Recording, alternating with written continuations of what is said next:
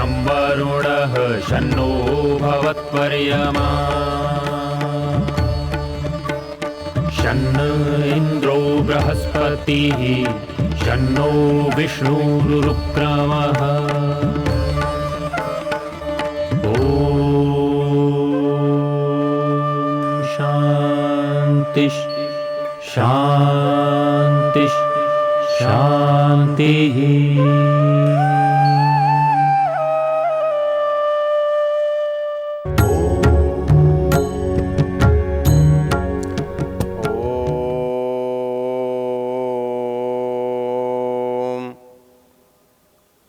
हम यजुर्वेद के 32वें अध्याय की चर्चा कर रहे हैं।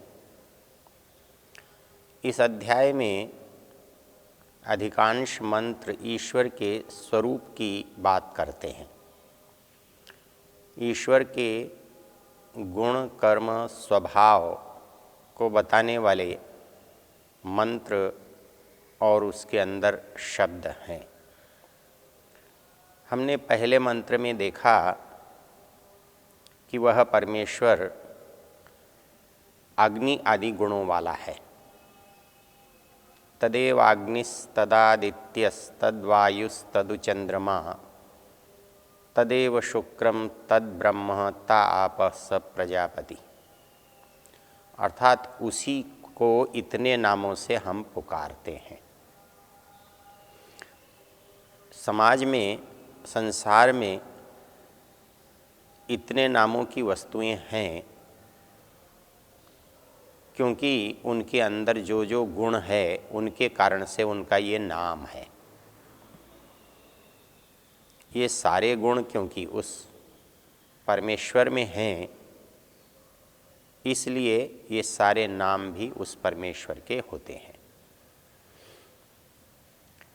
इसका जो अगला मंत्र है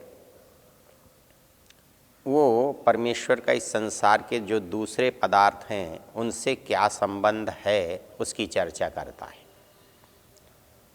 मंत्र है सर्वे निमेषा जज्जिरे विद्युतः पुरुषादधि नैनमूर्ध्वं न तिर्यंचम न मध्ये परिजग्रभत। इस पूरे मंत्र में दो बातों की चर्चा है। एक तो अवधि, समय, काल की चर्चा है और एक चर्चा दिशाओं की है। क्योंकि संसार के जो पदार्थ हैं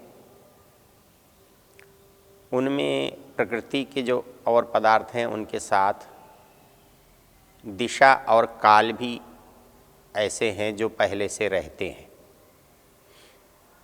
काल कभी समाप्त नहीं होता, अवकाश अर्थात दिशाएं कभी समाप्त नहीं होती। तो क्या वो परमेश्वर इस काल से जाना नापा जा सकता है या दिशाओं से उसे पकड़ा जा सकता है? इस बात के लिए मंत्र के जो शब्द हैं सर्वे निमेषा जज्जिरे विद्युतः पुरुषादधि, उस प्रकाशमान पुरुष से सब निमेष उत्पन्न हुए हैं। यहाँ निमेष एक काल के नाप में बड़ा महत्वपूर्ण शब्द है। निमेष काल का सबसे छोटा जो एक भाग है वो है इकाई है। हम देखते हैं जब काल गणना का प्रसंग आता है उसमें काल की गणना निमेष से प्रारंभ की गई है। सामान्य रूप से निमेष का अर्थ होता है पलक झपकना, अर्थात एक पलक झपकने में जितना समय लगता है उसे निमेष कहा है। और जब काल का विस्तार हम करते हैं इसी निमेष से करते हैं। मनु महाराज ने काल के विस्तार को जब समझाया है तो उन्होंने इसी को आधार बताते हुए कहा है, निमेषादश चाष्टौ च त्रिंशत् काष्ठातुता कला, त्रिंशत् कला मुहूर्तः स्यात् अहोरात्रं तु सर्वतः। वो कहते हैं कि निमेषादश चाष्टौ च, 10 और 8, 18 निमेषों से एक कला बनती है। 63 कला से एक काष्ठा बनती है। 63 काष्ठा निमेषादश चाष्टौ च 63 काष्ठातुता कला। 18 निमेष से एक काष्ठा और 30 काष्ठा से एक कला और 30 कला से एक मुहूर्त और 30 मुहूर्त से एक अहोरात्र बनता है। तो हमारे यहाँ अहोरात्र, अह कहते हैं दिन को और रात्र रात्रि को। तो अहोरात्र की जो एक इकाई बनी वो अहोरात्र कहलाया। इसका आगे भी बहुत विस्तार होता है। अहोरात्र से पक्ष बनते हैं, मास बनते हैं, उत्तरायण और दक्षिणायन बनते हैं, संवत्सर बनते हैं, युग बनते हैं। उनकी चर्चा हम यहाँ नहीं कर रहे हैं। यहाँ परमेश्वर के संदर्भ में काल की चर्चा है। वो कहते हैं, सर्वे निमेषा जज्जिरे विद्युतः पुरुषादधि। ये जो सारा काल का विवरण है ये उसी से बनता है, वही उसका आधार है। अथर्ववेद में अनेक काल सूक्त हैं। वहाँ काल परमेश्वर का ही नाम है। उस काल से ही सारा संसार चलता है,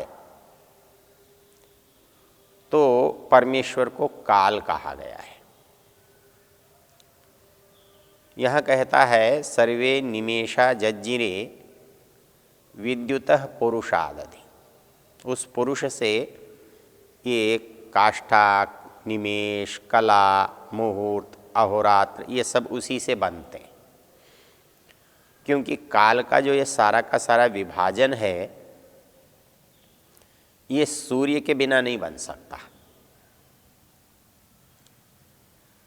हम जो दिन है, रात है, ये सूर्य की गति से, यात्रा से बनाते हैं। इसलिए ये जब सब निमेष जिसका निर्माण है वो उसी पुरुष का निर्माण है, उसी पुरुष ने बनाया है। दूसरी जो बात कही है, सर्वे निमेषा जज्जिरे विद्युतः पुरुषादधि,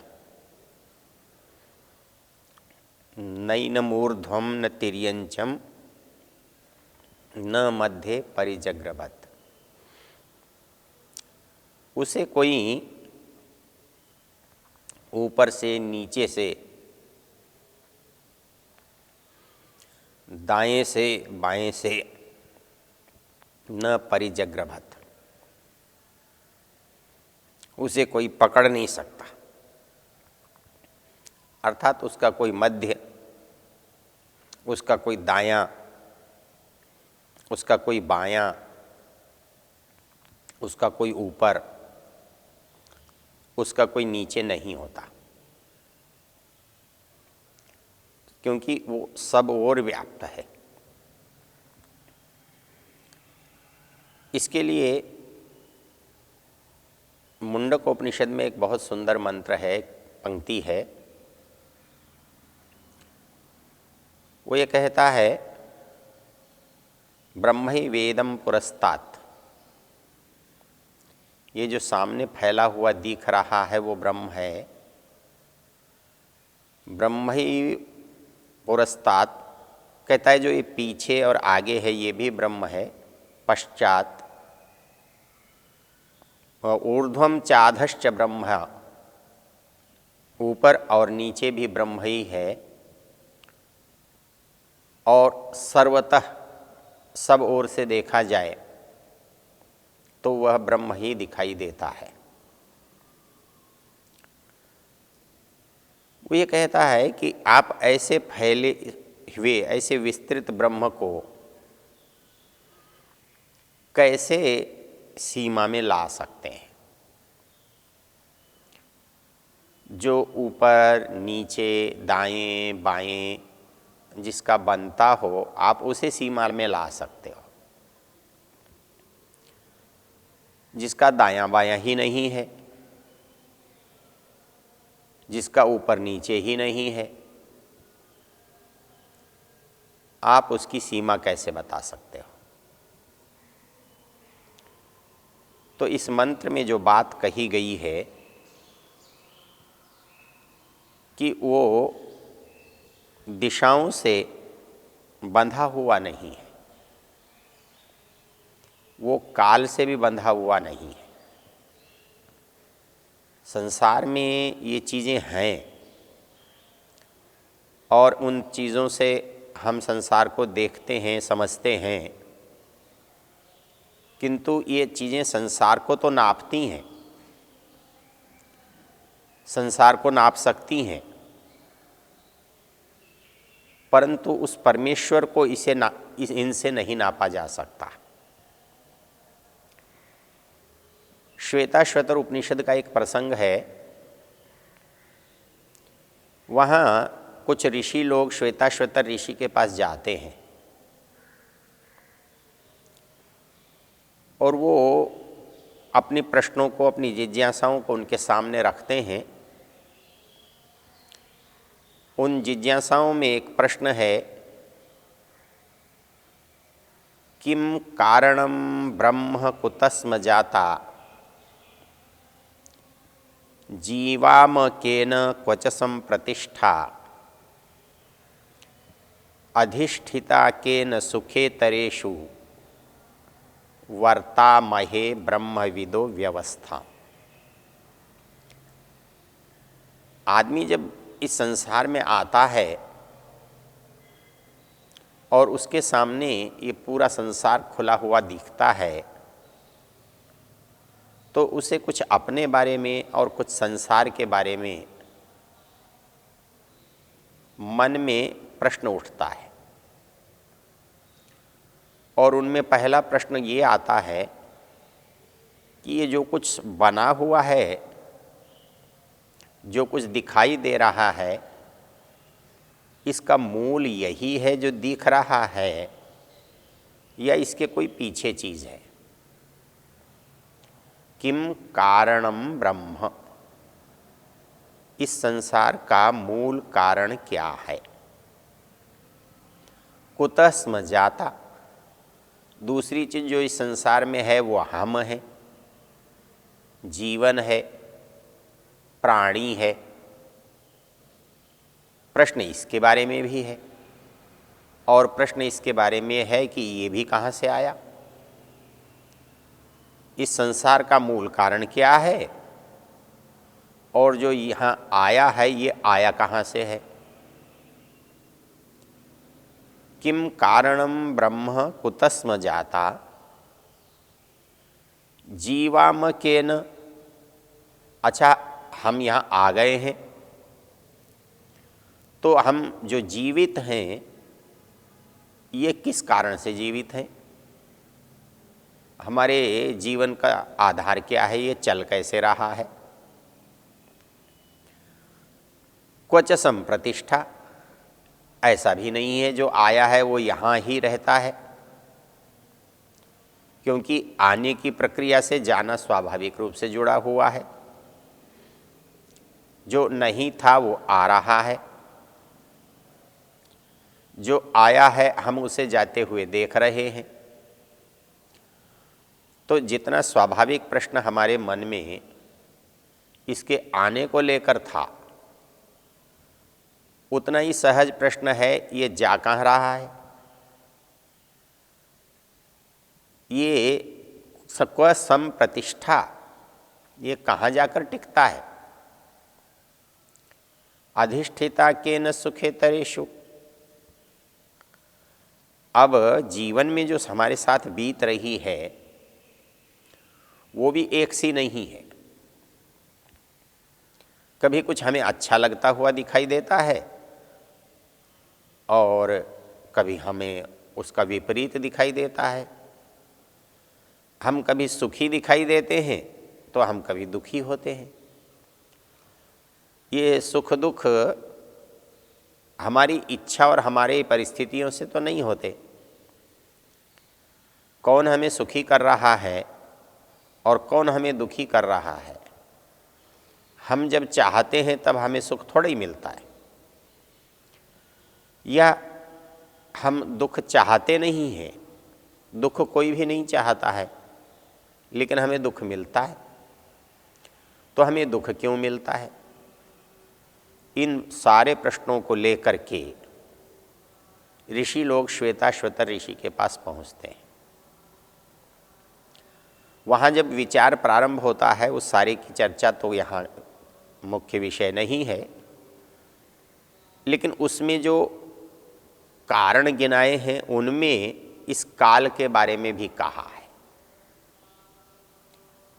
इसके मूल कारण क्या हैं इसको बताते हुए वो कहते हैं, कालः स्वभावो नियतिर्यदृच्छा भूतानि योनि पुरुष इति चिन्त्यम।